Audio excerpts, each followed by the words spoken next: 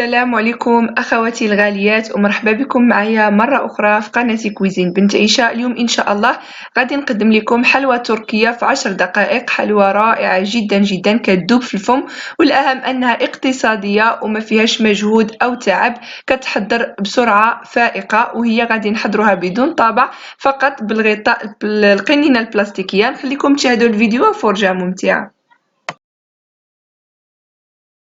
بسم الله غادي نبداو. عندي هنا 250 غرام ديال الزبده، ربعه ديال الزبده درجه حراره المطبخ.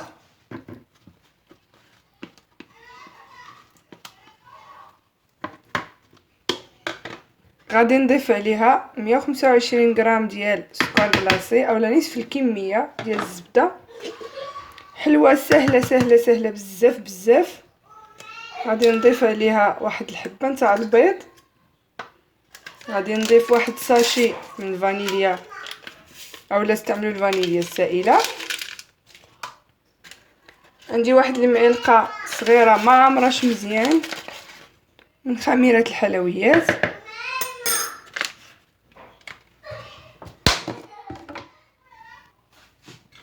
واخر حاجه عندي 2 معالق كبار من النشا اولا لا مايزينا باش تعطينا واحد الهشاشه اكثر لهاد الحلوه. مكونات بسيطه بزاف. دابا غنخلطوا كلشي مزيان.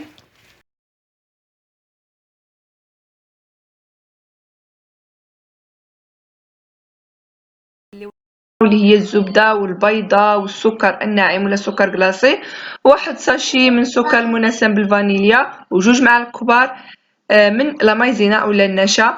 فمن بعد ما كنخلط المكونات مع بعضياتهم، فالزبده كتكون بدرجه حراره المطبخ باش كتساعدنا في الخدمه وكتخلط لينا دغيا مع جميع المكونات. كنبداو كنضيفوا الدقيق بالتدريج، وكيبقى الدقيق حسب النوعيه ديالو، ايضا على حسب الخليط اللي كنحضروه. فانا هنا غادي نبقى نضيف بالكوب باش نعرف شحال هزات ليد العجينه، ونقول لكم شحال هزات بالضبط من الدقيق بالنسبه للعجينه اللي حضرت انايا، وكيبقى على حسب النوعيه ديال الدقيق. فهنا كنضيف الكوب الاول وكنخلط مزيان، وكنضيف ايضا الكوب الثاني والثالث والرابع كنضيفوه بالتدريج. فانا هزات معايا 4 الكؤوب بالضبط، يعني انا هزيت معايا 4 الكؤوب بالضبط. وكيبقى الدقيق حسب الخليط كنبقى كنضيف بالتدريج، كتبقى السيده كتضيف بالتدريج حتى كتجمع العجينه ما كتكونش مرخوفه، لانه الا كانت مرخوفه العجينه كتبقى كتسيح في الفران، والا كانت قاصحه ولا شاده في راسها كتشقق بزاف في الفران. فكنلاحظوا هاد المهمه، يعني هاد النصيحه مهمه اللي عطيت لكم.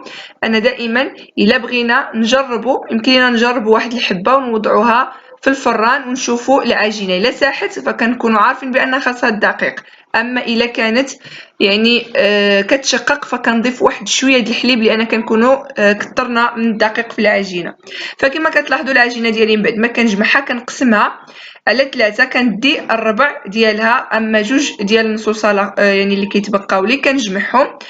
اما الربع ديال العجينه فكنوضعو كنضيف عليه الكاكاو المر.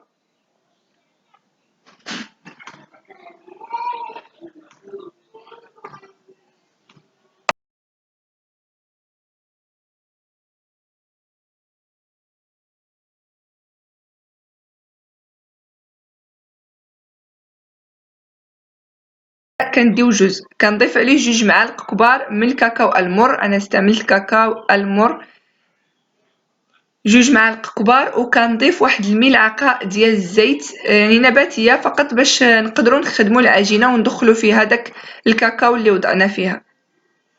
كنضيفوا الزيت وكنخدموا مزيان داك الكاكاو، كندخلوه مزيان في العجينه حتى كتصبح اللون ديالها اسود اولا كتولي اللون ديالها كحل، باش كنديروها في الوسط باش كيكونوا عندنا جوج ديال العجائن مختلفه في حلوه وحده. فمن بعد كنبقى كنكور العجينه ديالي من بعد ما كندخل فيها مزيان داك الكاكاو المر. كنبقى كنكور العجينه وكنديرها على كويرات متساويه الحجم. فانا غادي ندير الحلوه شويه كبيره، في الاصل الحلوه التركيه كتكون شويه كبيره في الحجم ديالها.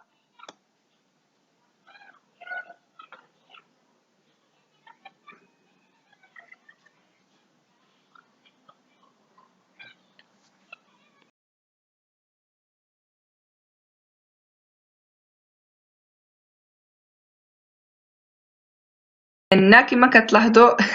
القطاعه او اللي غنستعمل، الطابع اللي غنستعمل وهو الغطاء ديال القنينه. كانت عندي انا ديال غطاء القنينه اللي استعملت ديال مشروب غازي، يمكن لكم تستعملوا ديال الماء او اي يعني اي غلاقه ديال اي قرعه كانت عندكم يمكن لكم تستعملوها. فكتجي الحلوه رائعه ومشكله ورائعه جدا وبسيطه بزاف بزاف، فيعني غتعجبكم ان شاء الله.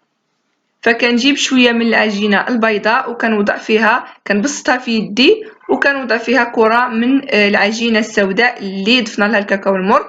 كنغلقها مزيان وكنجيب ديك الغطاء ديال القنينه، كنبقى كندير به كما كتلاحظوا اشرطه. كنحاول ندخلها شويه باش من بعد من كطيب وكتنفخ شويه كتبان دوك التشققات، كيبانوا في اللون الاسود ديال العجينه اللي وضعنا في الداخل. كنبقى كنستمر، من بعد ديك الوسط كنضغط عليه شويه باش من بعد غندير فيه شويه من الشوكولاته السوداء. غادي ندير ديك الشوكولاته اللي كتكون حبيبات، يمكن لكم تخليو الحلوه حتى كطيب عاد من بعد ديروه في دوك الفراغات شويه من الشوكولاته السوداء الدائبه، كتذوبوا الشوكولاته وكتوضعوها. فهنا غادي نوري معكم اكيد وحده اخرى باش تشوفوا كيفاش كنشكلها. كندير العماره لداخل ديك العجينه اللي شكلتها ولا وضعت فيها الكاكاو المر، العجينه السوداء كنوضعها في العجينه البيضاء، كنغلقهم مزيان، كنكورها في يدي، ومن بعد كنجيب داك الغطاء ديال القنينه كنبقى كنوضع فيه الاشرطه، كندور على كامل الحبه نتاع الحلوه، وداك الوسط كنضغط عليه شويه كما كتلاحظوا. اكيد دائما الفيديو كيشرح اكثر. كيجي الشكل ديالها جميل بزاف كما كتلاحظوا.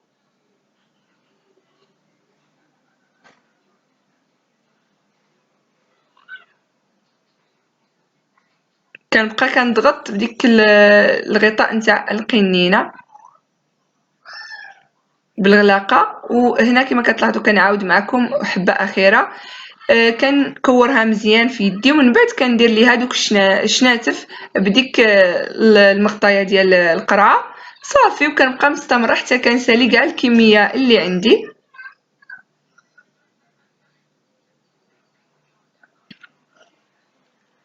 وهنا اخواتي بعد ما شكلت جميع الكميه ديال الحبات اللي عندي ديال الحلوه، في داك الوسط كما قلت لكم انا غادي نوضع فيه ديك الشوكولاته حبيبات. فكنبقى كنوضع ديال الكوكيز كنوضعها في وسط كل حبه، وكنجيب ديك الحلوه الفضيه كنوضعها ايضا على الدائره، واحد 3 ولا 4 ديال الحبات من ديك الحلوه.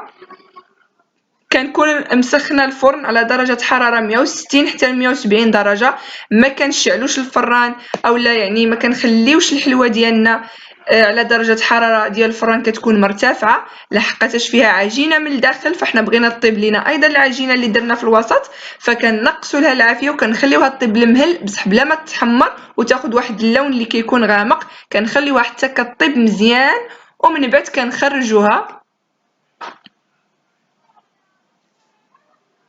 كنخليوها كطيب مزيان، ومن بعد كنخرجوها من الفرن بلا ما كنديروا لها حتى شي حاجه، فهي مزينه راسها براسها. فكما كتلاحظوا هذا هو الشكل ديالها اخواتي بعد ما كطيب وكتحمر. كما كتلاحظوا كتدي واحد اللون ذهبي خفيف.